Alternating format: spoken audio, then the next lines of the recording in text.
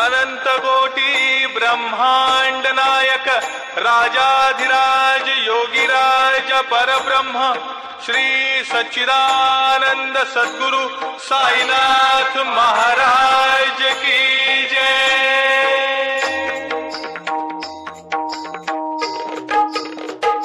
या गावी आहोत, प्रतिशिर्डी असं मानलं जाणारा हा देवस्थान शिरगाव या ठिकाणी आपण आहोत।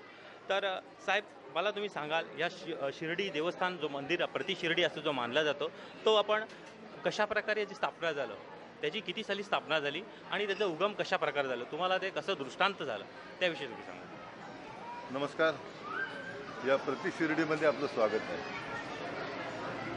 प्रतिशिर्डी उच्चारल्यानंतर प्रत्येक माणसाच्या मनामध्ये शिर्डी हेच येतं आणि या देवस्थानाला प्रतिशिर्डी का म्हणतात हा पहिला प्रश्न पडतो।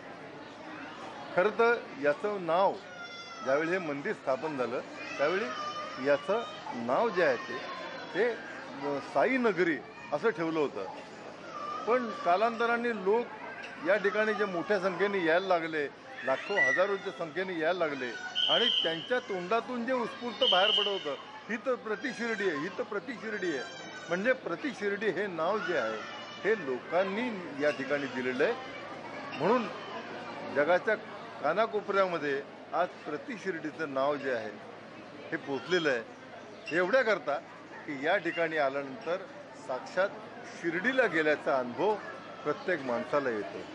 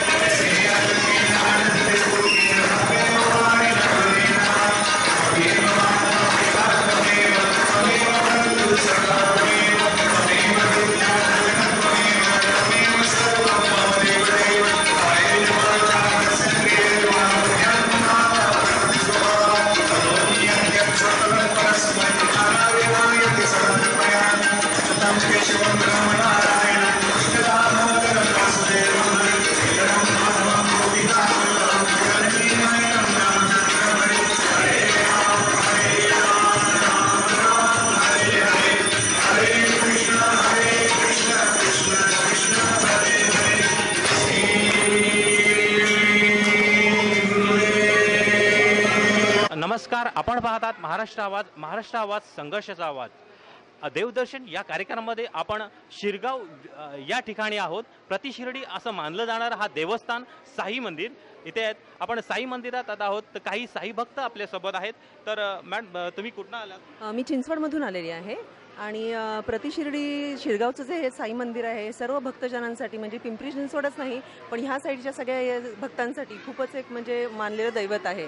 आणि मी साईबाबांची म्हणजे म्हणजे अगदी लहानपणापासूनची भक्त आहे। प्रत्येक वर्षी माझं शिर्डीला सुद्धा दर्शन होतं, पण त्याचप्रमाणे वर्षातनं 4 ते 5 वेळा आम्ही शिरगावच्या साई मंदिरात येतो, कारण का एक आपली माणसं आपली श्रद्धा असते आणि त्याप्रमाणे म्हणजे शिरगावचं साई मंदिर जे आहे तर म्हणजे हे खरंच म्हणजे अगदी प्रतिशिर्डी म्हणजे अगदी शिर्डीच्याच साई मंदिरात आल्यासारखा नेहमी भास होत असतो।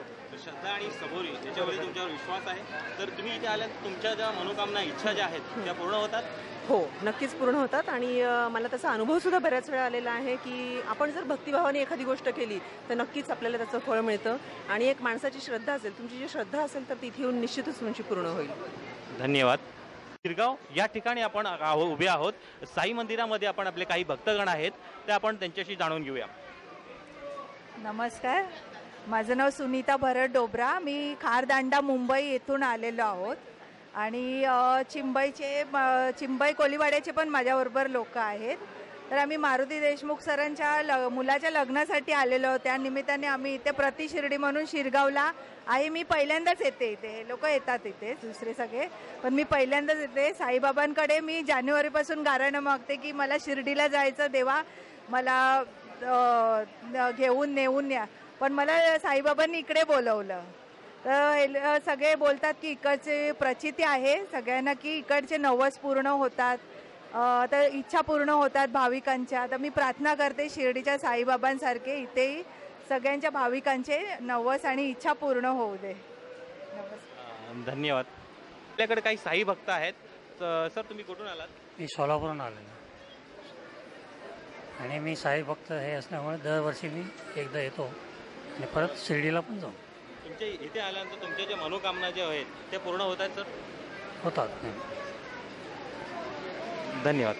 मी ॲक्च्युली सांताक्रूज मुंबई साईनाथ मुक्तिधाम पदयात्री मंडळ याचा एक सेक्रेटरी या पदावर आहे आणि मागील 9 वर्ष आम्ही मुंबई ते प्रति शिर्डी हे आवर्जून पालखी काढतो आणि पुढच्या वर्षी 10वा वर्ष आहे आमचा. या मंदिरात जेव्हा मी पहिल्यांदा आलो 2007 वर्षी जानेवारीचा 12-13 एक संकल्पना डोक्यात आली की आपण शिर्डीला जातो, आपण पालखी घेऊन जातो.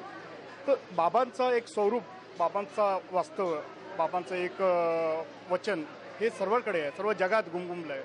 तर प्रति शिर्डी हे एक स्थान बाबांचा एक आम्हाला असं वाटतं की प्रति शिर्डी आज आम्ही 9 वर्ष. नमस्कार, माझं नाव शिल्पा राऊत. मी सिडनीहून आलेली आहे आणि दरवर्षातनं मी एकदा तरी ह्या ठिकाणी येते. माझं घर जवळच आहे इथे चिंचवडला आणि वर्षातनं एक ट्रिप असते माझी आणि आय मेक शुअर की मी इकडे येते.